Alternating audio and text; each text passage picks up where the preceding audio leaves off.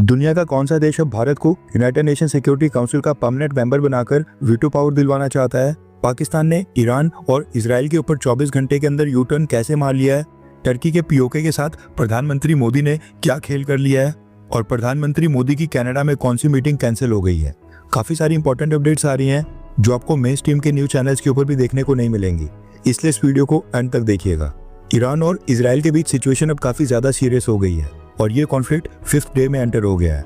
जैसा कि हमने आपको बताया था, ईरान में स्थित भारत की एम्बेसी ने स्पेशल बसेस का अरेंजमेंट करके स्टूडेंट्स और इंडियन नेशनल्स को आर्मेनिया के बॉर्डर तक ले जाना स्टार्ट कर दिया है। पिछले कल देर शाम से ये प्रक्रिया स्टार्ट हो गई थी। ये कुछ विजुअल्स ईरान और आर्मेनिया से भारतीय स्टूडेंट्स और इंडियन नेशनल्स के आ रहे हैं जो आपकी स्क्रीन के ऊपर चल रहे हैं। रिपोर्ट्स के मुताबिक पहले कुछ बैचेस आर्मेनिया पहुंच गए हैं और उनको जल्दी एयरलिफ्ट करके भारत वापस लाया जाएगा। इंडियन एयरफोर्स का एक मिलिट्री ट्रांसपोर्ट प्लेन या फिर एक स्पेशल फ्लाइट के जरिए इन सबको भारत वापस लाया जाएगा। इसके साथ ही भारत की एम्बेसी ने ईरान की राजधानी तेहरान सिटी में प्रेजेंट सभी इंडियन से कहा है कि अगर वो खुद ही ट्रांसपोर्टेशन अरेंज कर सकते हैं तो सबसे पहले तो तेहरान सिटी से बाहर निकलें या फिर आर्मेनिया बॉर्डर तक पहुंच जाएं। एटलीस्ट सबसे पहले तेहरान सिटी से बाहर निकलकर किसी दूसरी लोकेशन के ऊपर सेफली पहुंच जाएं। रिपोर्ट्स के मुताबिक तेहरान सिटी के ऊपर एक बड़ा हमला हो सकता है, इसलिए भारत की एम्बेसी ने ईरान में प्रेजेंट सभी इंडियन से कहा है कि एम्बेसी को कांटेक्ट करके अपनी लोकेशन और फोन नंबर्स प्रोवाइड करें ताकि अगर इवैक्यूएशन की नीड हो तो भारत सरकार मदद कर सके।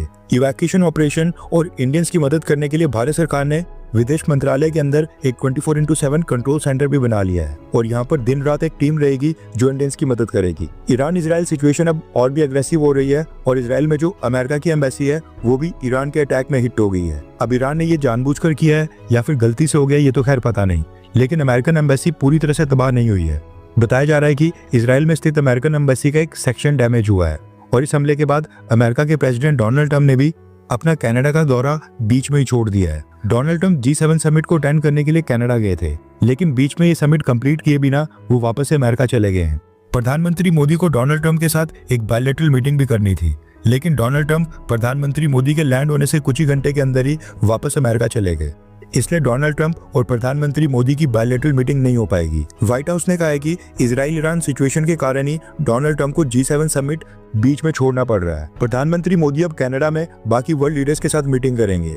वैसे ना सिर्फ भारत बल्कि अमेरिका, यूके, यूरोप समेत दुनिया के कई सारे देशों ने अब ईरान को लेकर एडवाइजरी जारी कर दी है और कहा है कि उनके सिटीजन्स तेहरान सिटी को जल्दी से छोड़कर बाहर आ जाएं। मे बी इजराइल का प्लान तेहरान सिटी को गाजा की तरह फ्लैट बनाने का हो। नेक्स्ट अपडेट आ रही है अमेरिका और पाकिस्तान के ब्रोमांस के बारे में। न्यूज निकल कर आ रही है कि पाकिस्तान का army chief field marshal Asim Munir 5 दिन के दौरे के ऊपर अमेरिका गया हुआ है और उसकी अमेरिका से काफी सारी वीडियोस वायरल हो रही हैं। अभी 2 दिन पहले 14 तारीख को अमेरिका का 250वां आर्मी डे था और उसके एक ही दिन के बाद आसिम मुनीर अमेरिका पहुंच गया है। अमेरिका विजिट के दौरान Asim Munir Donald Trump administration and उसके साथ साथ यूएस आर्मी की टॉप लीडरशिप के साथ मिलने वाला था, लेकिन ये जो इजराइल और ईरान के बीच वॉर स्टार्ट हो गया है इसने आसिम मुनीर और पाकिस्तान का सारा प्लान खराब कर दिया है, क्योंकि अमेरिका और इजराइल दोनों जगह गवर्नमेंट और top military leadership war situation को हैंडल करने में बिजी हो गई है और आसिम मुनीर के साथ अभी तक कोई भी हाई लेवल मीटिंग अभी तक नहीं हो पाई है, जिसके बाद आसिम मुनीर अमेरिका में पाकिस्तान के डायस्पोरा के साथ मिल रहा है। इसके साथ ही पाकिस्तान आर्मी चीफ के ऊपर सवाल इसलिए भी खड़े हो रहे हैं क्योंकि ईरान पाकिस्तान दोनों आपस में पड़ोसी देश हैं और इतने क्रूशियल टाइम में पाकिस्तान आर्मी चीफ देश को पीछे छोड़कर अमेरिका विजिट के ऊपर चले गया है। एक और इम्पोर्टेंट अपडेट आ रही है पाकिस्तान की पार्लियामेंट से और ये रिलेटेड है ईरान से। आपको याद होगा पिछले कल मैंने आपको एक न्यूज दी थी जिसमें बताया था कि ईरान के national security council member Mohsin Rezaei ने 2 दिन पहले एक इंटरव्यू में स्टेटमेंट दी है जिसमें उन्होंने बताया कि पाकिस्तान की सरकार ने ईरान की गवर्नमेंट और ईरान के सुप्रीम लीडर से प्रॉमिस किया है कि अगर इजराइल ने ईरान के ऊपर न्यूक्लियर मिसाइल से हमला किया, यानी परमाणु हथियारों का इस्तेमाल करके ईरान के ऊपर हमला किया, तो फिर उस केस में पाकिस्तान बीच में कूदेगा और फिर पाकिस्तान भी इजराइल के ऊपर अपने न्यूक्लियर वेपन्स और न्यूक्लियर मिसाइल्स फायर करेगा। यानी पाकिस्तान ने ईरान से वादा किया है कि वो उनका बदला लेंगे और अपने न्यूक्लियर वेपन्स ईरान के डिफेंस के लिए भी इस्तेमाल करेंगे।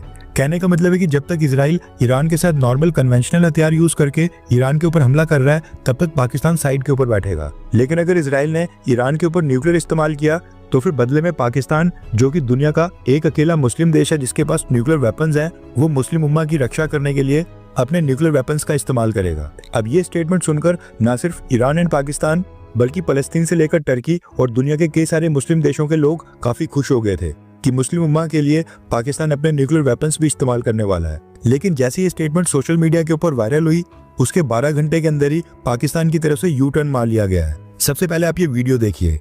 जनरल्स को कोट करके कि जी पाकिस्तान ने ये कहा है कि अगर इसराइल ने हमारे ऊपर न्यूक अटैक किया तो पाकिस्तान इसराइल के ऊपर न्यूक्लियर हमला कर देगा। ये गैर ज़िम्मेदाराना और इतनी झूठी खबर है। और पाकिस्तान का डिटरेंस इज ऑब्वियसली अल्लाह ताला ने इस मुल्क को ना सिर्फ न्यूक्लियर कुव्वत बनाया बल्कि मिसाइली कुव्वत भी बनाया हुआ है। लेकिन ये हमारी अपनी सिक्योरिटी के लिए है, हमारी अपनी स्टेबिलिटी के लिए है, इस रीजन में स्टेबिलिटी के लिए है। वरना 9/11 के बाद दोनों फौजें 11 महीने eyeball to eyeball खड़ी रही। अगर ये ना होता तो शायद पता नहीं क्या हो जाता उस वक्त, क्योंकि इंडिया को तो कोई मौका चाहिए था। तो हमने कोई ऐसी स्टेटमेंट हमारी तरफ से कोई ना स्टेटमेंट किसी ने दी है।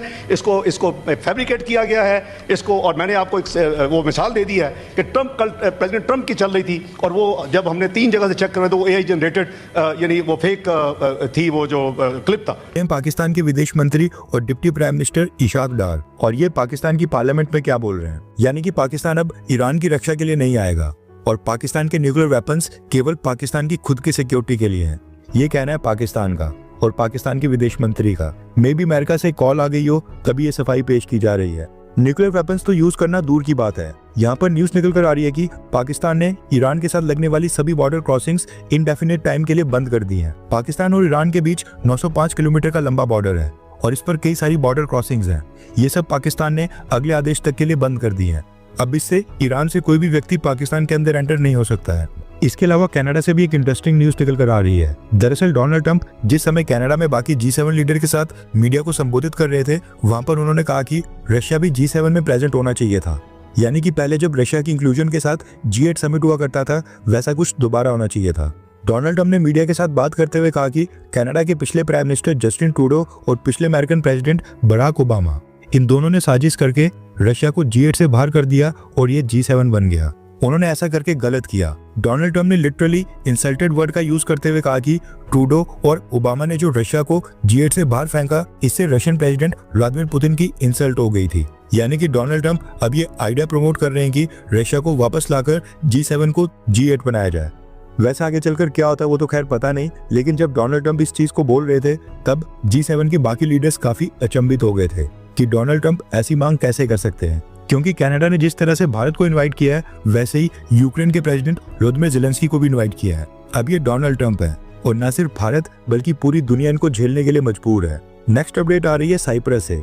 प्रधानमंत्री मोदी अभी तो खैर कनाडा में है, लेकिन पिछले कल जब वो साइप्रस में थे उन्होंने एक ऐसा मास्टर स्ट्रोक खेला है जिससे टर्की और टर्की के प्रेसिडेंट अर्दोगान की नींद हराम हो गई है। दरअसल साइप्रस का जो नॉर्दर्न पार्ट है उसको टर्की ने 1974 से इलीगली ऑक्यूपाई करके रखा हुआ है एंड इसको नाम दिया है Turkish Republic of Northern Cyprus and इसको केवल टर्की मान्यता देता है। अब जो इंडिपेंडेंट साइप्रस है यानी कि रिपब्लिक ऑफ साइप्रस, ये लोग आज भी अपनी टेरिटरी वापस मांगते हैं, लेकिन टर्की ने यहाँ पर अपने 30,000 से भी ज्यादा ट्रूप्स को तैनात कर दिया है और न सिर्फ सेना बल्कि यहाँ पर हथियारों को भी डिप्लॉय करके रखा है। इवन यूनाइटेड नेशंस और सिक्योरिटी काउंसिल भी बोल चुकी है कि टर्की ने इंटरनेशनल लॉज का उल्लंघन करके इलीगली इसको ऑक्यूपाई करके रखा हुआ है और टर्की अपनी सेना को यहाँ से वापस ले ले। अब ये जो नॉर्दर्न साइप्रस और रिपब्लिक ऑफ साइप्रस है, इसके बीच में इन दोनों को डिवाइड करते हुए एक एरिया है जिसको बफर जोन कहा जाता है। टर्की की सेना काफी स्ट्रांग है, इसलिए टर्की जबरदस्ती आगे आकर साइप्रस का और एरिया भी हड़प ना ले, इसलिए यूएन सिक्योरिटी काउंसिल ने यहाँ पर इस बफर जोन में United Nations peace keeping forces को तैनात करके रखा हुआ है। अब प्रधानमंत्री मोदी ने क्या किया कि सबसे पहले तो साइप्रस जाकर साइप्रस की टेरिटोरियल इंटीग्रिटी के ऊपर साइप्रस की सरकार को समर्थन दिया एंड उसके साथ ही भारत ने कहा कि नॉर्दर्न साइप्रस के इशू के ऊपर हम यूनाइटेड नेशन सिक्योरिटी काउंसिल के रेजोल्यूशंस के आधार पर इस पूरे मुद्दे का निपटारा चाहते हैं, जो कहता है कि टर्की ने इसको इलीगली ऑक्यूपाई करके रखा हुआ है और टर्की यहाँ से अपनी सेना को वापस ले। इससे भी एक कदम ऊपर जाते हुए प्रधानमंत्री मोदी ने क्या किया कि ये जो रिपब्लिक ऑफ साइप्रस और टर्किश ऑक्यूपाइड नॉर्दर्न साइप्रस है, उनके बीच का ये जो बफर जोन है, प्रधानमंत्री मोदी वहां पर भी पहुंच गए, वहां पर साइट सीइंग भी की और साइप्रस के प्रेसिडेंट खुद ही प्रधानमंत्री मोदी के साथ फ्रंट लाइन के ऊपर गए और उनको दिखाया कि टर्की ने कैसे और कहां तक इलीगली ऑक्यूपाई करके रखा है। अब ये सेम वैसा हुआ कि कोई फॉरेन लीडर पीओके के बॉर्डर के ऊपर चले जाए, इसलिए इसको बड़ी चीज माना जा रहा है। अब साइप्रस भारत के सपोर्ट और प्रधानमंत्री मोदी के कंट्रीब्यूशन से इतना खुश हो गया कि साइप्रस ने प्रधानमंत्री मोदी को अपने देश का हाईएस्ट सिविलियन ऑनर भी दे दिया और उसके साथ ही भारत के लिए अनाउंस किया कि यूनाइटेड नेशन सिक्योरिटी काउंसिल में परमानेंट मेंबरशिप के लिए भारत की जो बिड है, यानी कि वीटो पावर के लिए भारत का जो प्रयास है, हम उसमें भारत का समर्थन करते हैं और सिक्योरिटी काउंसिल में रिफॉर्म्स के बाद परमानेंट मेंबरशिप के लिए भारत को वोट करेंगे। इसके अलावा साइप्रस के प्रेसिडेंट रेड कार्पेट के साथ प्रधानमंत्री मोदी को रिसीव करने खुद ही एयरपोर्ट के ऊपर भी आए थे। टेररिज्म से लेकर ट्रेड, टूरिज्म और इन्वेस्टमेंट के ऊपर दोनों देशों के बीच कई सारे एग्रीमेंट और अनाउंसमेंट भी हुई, जिसमें से सब कुछ मेन मैंने आपको बता दिया है। अब देखा जाए तो टर्की और टर्किश प्रेसिडेंट अर्दोगान ये अगर अपनी लिमिट्स को क्रॉस कर रहे हैं और युद्ध के दौरान भी पाकिस्तान को सपोर्ट करेंगे तो प्रधानमंत्री मोदी का ये कदम बनता ही है। और प्रधानमंत्री मोदी की ये साइप्रस विजिट काफी ज्यादा इंपॉर्टेंट हो गई थी, वरना साइप्रस काफी छोटा सा देश है और अकेले हरियाणा के अंदर ही 5 साइप्रस जितने देश निकल आए।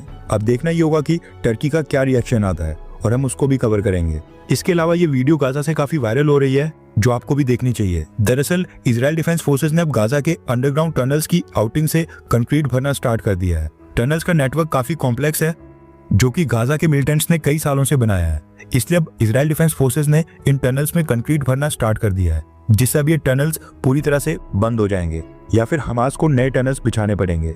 हर 24 घंटे के अंदर जियोपॉलिटिक्स में बड़े फेरबदलाव और उलटफेर हो रहे हैं और भारत के लिए नए चैलेंजेस आ रहे हैं। कोई देश अपने फैसले से पलट रहा है तो कोई देश ब्लैकमेलिंग के ऊपर उतर आया है। सभी देश एक दूसरे को नीचे लगाने की कोशिश कर रहे हैं।